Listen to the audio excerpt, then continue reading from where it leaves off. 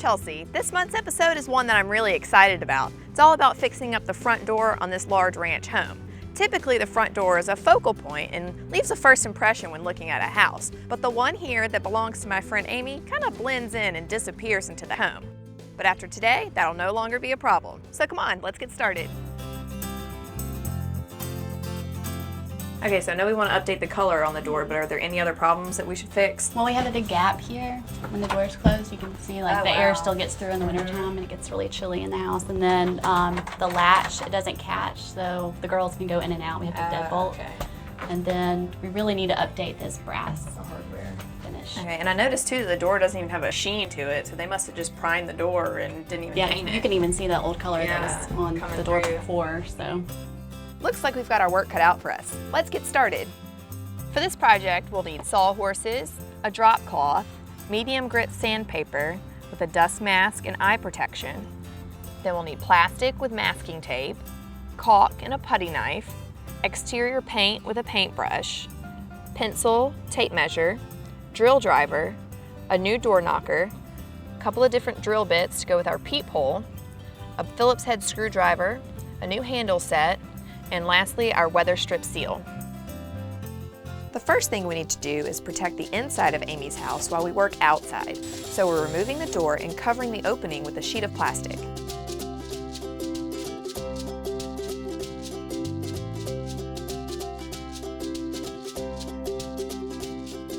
So would you normally take the door off the hinges to paint it?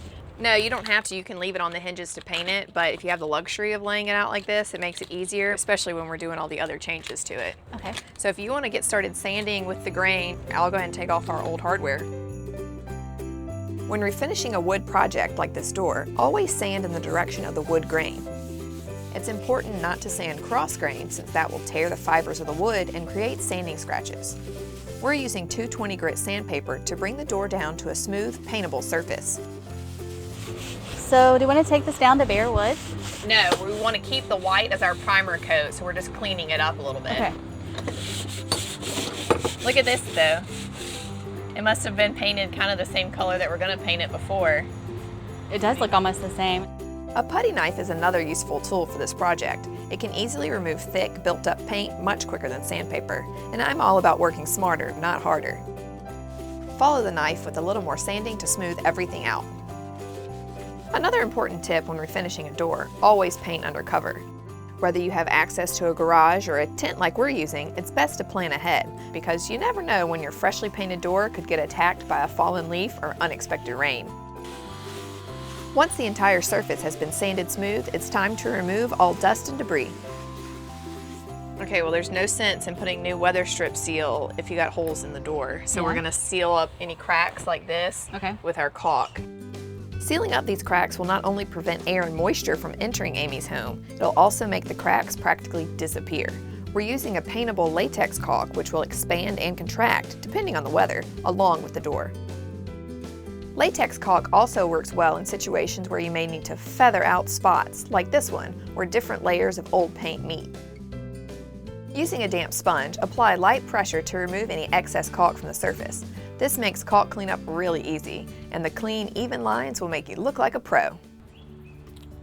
All right, let's see what paint color you picked out.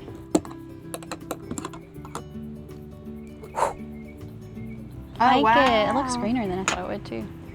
It looks springy and Eastery. Yeah, it does. It'll look good all year round. All right, so we'll start with the drop panels right here. Okay. All 6 of them, and painting the edges and then paint with the wood grain. Do I start in the panel? Yeah. Okay. I want to watch you first. Okay. Brush overlap is inevitable. That's why we're starting with these smaller panels. It's best to start in small spaces and let the paint spill over onto the larger surfaces. Then brush that over with long, even strokes to finish it off. Okay, Amy, before you paint too much on this side, let's go ahead and paint the bottom to seal the door really well. Okay. Because that exposed wood can get moisture in there, and that only adds to the cracks in the door. Okay. So we'll paint the bottom and the top. So nervous about getting it on the underside. Oops. Don't be.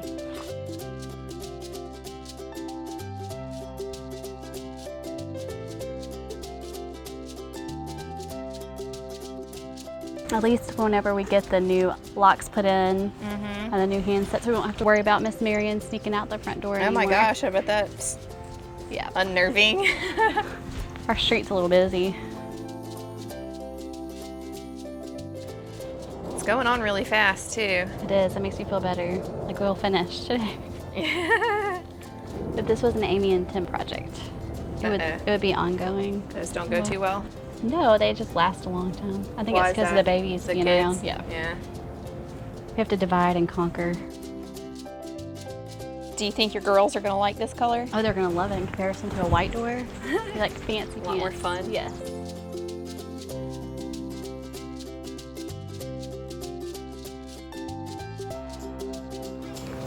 Do you like it? Is it pretty? Speaking of Amy's girls, while the first coat is drying, Amy and I decided to take a break with her two daughters, Lorelai and Marion.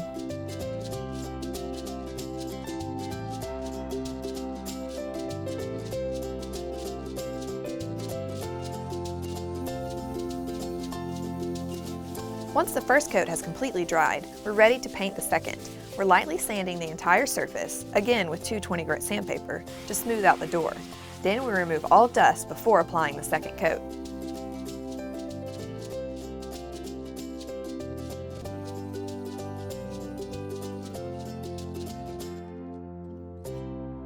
Okay, while our last coat is drying out there, I thought it'd be a good time to fix our weather stripping over here. Okay. This isn't in terrible shape except for this spot up here, but it's just too thin for that big gap. So we'll replace it with this heavy duty weather strip seal that's not gonna freeze or crack with extreme temperatures. Okay. So it should last a long time.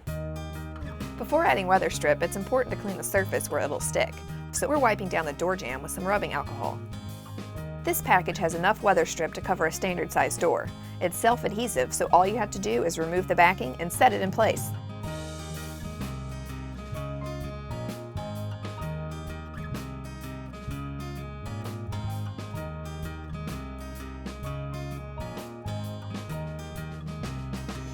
Back outside, the second coat is dry and we're ready to install the door hardware. When replacing door hinges, it's important that the size of the new hinges matches the existing hinges. Before going to the home center to get new hinges, be sure to measure your existing ones first. Better yet, bring an old one to the store with you. In addition to new oil-rubbed bronze hinges, we're also adding a new matching door handle set as well as a new door knocker and peephole. This new hardware is really going to make this front door pop. What do you think, Amy? Like it? Yeah. I love the way it looks. I love the contrast between the door knocker and the color. It's beautiful. I like it a lot too. You did a good job on picking out the colors. Thanks. Last thing we have to do is the peephole. And it says to put it at eye level, but it's easier to drill the hole while it's laying flat. Sounds good to me. So I'm gonna measure your eyeballs. It's been a long time since I've been measuring. We're installing the peephole at Amy's approximate eye level. This is an easy install. Create a pilot hole using a small diameter drill bit. Then follow that with a larger spade bit, the same diameter as the peephole body. To keep from scarring either side of the door, drill about halfway through and then drill the rest from the other side. This will prevent the wood outside of the hole from splintering. Okay, let's hang it up. Now all we have to do is hang it back in place. Okay, you ready to test it out? It shuts. And the kids can't get out, and it looks great. It does look awesome, and the weather stripping's perfect for this little crack. Looks so Looks good. great. All right, here's the keys to your brand new Yay. door. Thank you, Chelsea. It looks awesome. Love it.